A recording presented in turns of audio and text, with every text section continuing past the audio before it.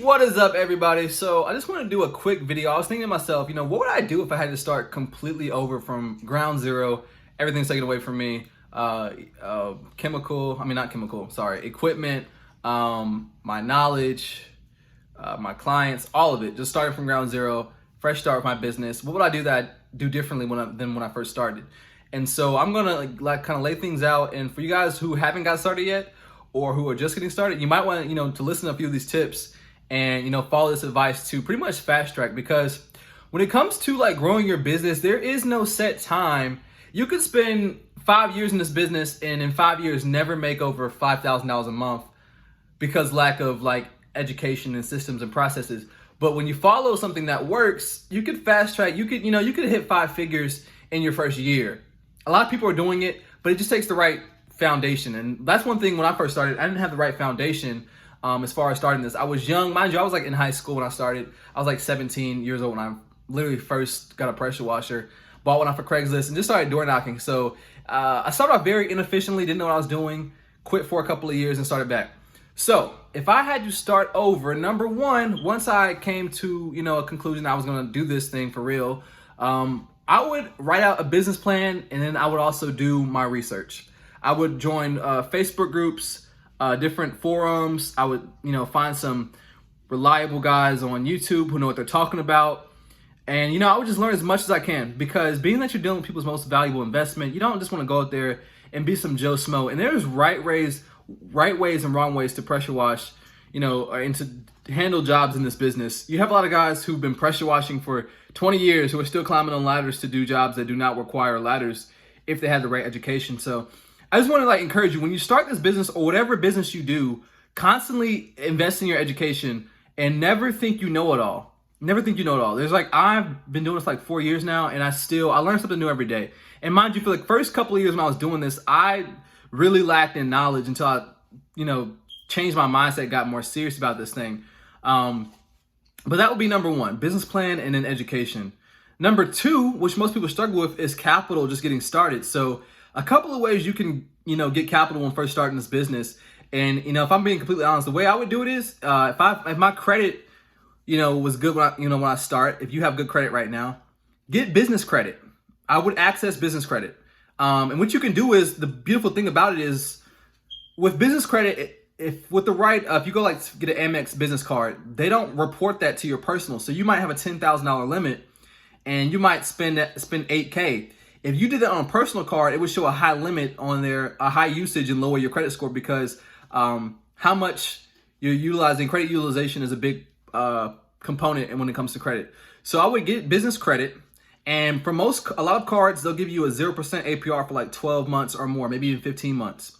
And then after that, you can also do balance transfers to another card and get another 6-12 months of 0% APR. So that's a little strategy right there. And why use credit? Why use credit? Why use debt? Because first of all, you will learn this if you start to study money, but all money is debt. And the richest and wealthiest people in the world use OPM, other people's money. They leverage debt. Debt equals speed. How long would it take you to save $20,000, $50,000 right now in the vehicle you have, right? Probably a while if you don't have that great of a vehicle that's paying you that well. But how fast can you borrow that much money? A lot faster. And when you know what you're doing with debt, it's a tool, it's a resource. Most people go out and just buy stupid stuff, things that make them broker, liabilities. But if you use debt to start your business, it's an asset, right? So start up, that's how you get the capital. You leverage your credit, get business credit, which I didn't know about business credit till 2 years ago. If I wish I'd have known this earlier, I probably could be a lot further in life, just learning how to leverage capital. Most people just think when it comes to money, I have to save it. And saving takes a long time. So to fast track it, access the capital, do that through business credit. All it takes is having a decent credit score. If your credit score isn't good, I would just work on rebuilding that and then going for it. Because then now you can start your business off on the right foot. Go out and get, the good equipment, at least some decent equipment to really get you started. And in this business, if you're doing things right, so once you have the capital to get what you need, spend a little bit of money in marketing, you can make that money back quickly. I mean, this is a business where you can make as little as you want, or or as much as you want. Essentially, if you're doing things right, you can make $200 in a day, which isn't bad because it's still more than you would make working a fast food restaurant. I mean, when I first started, if you watch my other video, like I was working a fast food job, making $7.50 an hour, 2-week paycheck was $350. Now that's not even that's not really even that's not a day's work. That could be one appointment for you or 2 appointments. You can make $1,000 in a day, $1,500 in a day. It can be done. This is a great industry. It's a service that people need. You're dealing with people's homes.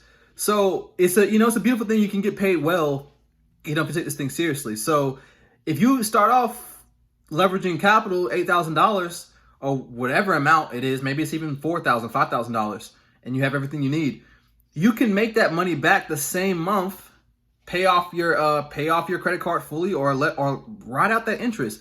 If you're operating with 0% interest, leverage it. There's no rush to pay it back that first month because it's 0%. Now, once that time expires, then you'll need to worry about paying the interest rate. But if you have 12 months, you can easily pay that card off in 12 months. And now you just started your business with $0 out of your own pocket. That's leverage. That's thinking outside of the box, or thinking like an entrepreneur. A lot of you guys see this thing like, oh, I don't have $1,000. I don't have $2,000 to get started. Well, you don't have to wait to save it either. You can, leverage capital, be smart about it. That's why I said first thing you want to do is business plan and education, and then access the capital. Now you have what you need. You know what you're doing. And then all your profits, reinvest into your business and just keep growing if that's what you want to do. In the beginning phase, figure out what your business model is. Do you want to, do you want this thing to be, do you want to grow a company where you're running multiple trucks, or do you want to run a solo operation? Me personally, I'm at a point in my life right now, like I'm young, I like working. I don't mind running a solo operation. It's me, someone else, and I can hire someone if I need to with labor. But honestly, I like working alone. Obviously, I have my assistant. All the appointments and admin stuff gets handled that way and that's another tip I would give you guys too, is as soon as you get going, hire a VA, a virtual assistant, or if you can hire someone, hire your girlfriend or whoever or somebody that you can outsource the phone calls, the appointment bookings and stuff like that. Because once you get busy, and this is what happened to me early on, is that I realized until I hired an assistant, I didn't realize how unorganized I was. Hiring an assistant actually made me more money because I was missing opportunities I'm out working, someone's calling me. I can't answer phone calls and pressure wash the house at the same time, So stuff like that, hiring an assistant, that's going to make your business a lot smoother. So, that's what I really recommend. And you can, like I said, you can hire a VA, which is a virtual assistant. And these are people who work in the Philippines. I haven't done that for this business, but I know plenty of people who hire VAs for other businesses. But anything that you can do online, so booking appointments, phone calls, you can outsource that. Your accounting, you can outsource that. And that way, now you just focus on the one thing, which is actually doing the work or lead generation. But just don't try to juggle everything for a long time because it will become stressful. So what have we talked about so far? We talked about business plan and education. Number 2 would be accessing business credit. Number 3 would be eventually hiring an assistant. But yeah, guys, this is a fast track to 10K a month. Number 4, a tip that I wish I would have is charge the right price. Don't be the $99 guy in your industry. It takes a lot more jobs to make 10K in a month at $99 than it does charging even just an average ticket size of $250. You can make 10K a lot faster. Now, because how hard you're working in this business does not equate to how much money you're making. I want you to put this into perspective. If you're too cheap, if you're the $99 guy, you're charging $99 house washes, which that was me when I first started. And I still probably undervalue myself. I don't charge $99 anymore, but I still could stand to be higher. But our average ticket size has increased a lot since I first started. But if you're a $99 guy and you want to make $10,000 a month, you're gonna have to do upwards of 100 appointments in a month to hit 10K. I don't know if that's right. Let's see, 1,000 is 10. So yeah, you're gonna need 100 appointments in a month to do 10K. That's a lot of work. It's a lot of hours. You can do that same amount, 10K, in way less appointments. So eventually you want to get to a point, especially if you're a solo operation, is work less, make more. Just increase your average ticket size. So instead of having an average ticket size of $200, if you can somehow increase your average ticket size to an average of $400, you've now doubled your income and you're doing less work. So those are probably my top tips when it comes to starting your business. Is the education is number 1, because you want to know how to properly wash, because efficiency is key. Even simple things like hose reels will help your setup time a lot. Having them not in your setup time and breakdown time is just simple things like hose reels and knowing, how to effectively apply the solution to the home. These things will save you time. If you're starting off with education or just grabbing a pressure washer or ladder, you're gonna take way more time, and it's gonna be way more work on your body. So that is how, honestly, that I would fast track. If I started all over, I would start with my education. That's key. Then I would take massive action. I would leverage capital. Now, some of you guys are watching this saying my credit score sucks. Well, then your step for you would then be to work on improving your credit score, hire a credit repair company, or find dispute letters and fix your credit yourself. You can do that. If you couldn't do any one of those things, or you're like, I need something else, well, then you could save money. You can work overtime. You can try to raise capital from your friends and family. That would be the next option if you can leverage credit. But if you can, debt is a beautiful thing when you know how to use it, and especially if you can get a very low interest rate, because why wouldn't you? Save your capital, use it towards something else while leveraging someone else's money. If someone's gonna give you money to start your business at a low interest rate, take it. That's a smart thing to do. A lot of you guys have been raised to stay away from debt.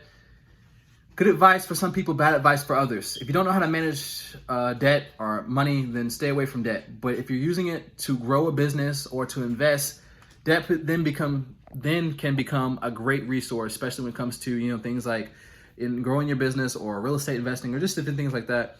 Debt will come into play. And honestly, in the next few months, I'm trying to leverage more debt, to get involved in real estate and other ventures I have. But that is my advice for you guys. Take it or leave it. Like and subscribe, or dislike and leave a hate comment. I don't care. I won't be mad at you. That is your life. Anyway, guys, thanks for watching this video. I will see you next time. In the meantime, get started, take action, don't be lazy. All right, peace out. Wait. I had to pop up here really quickly because, shameless plug. If you want to skip the YouTube, you can join Six Figure Pressure Washing Academy. It's a training I put together that teaches step-by-step exactly the game plan, and you won't have to go all over the place, and it's gonna help you fast track. But you do not have to purchase it. I'm not forcing this upon you. You can always do research, but it will help you get to where you want to go a little bit faster. Plus, what the course includes a free website. Anyway, now I'm leaving for good. Peace out.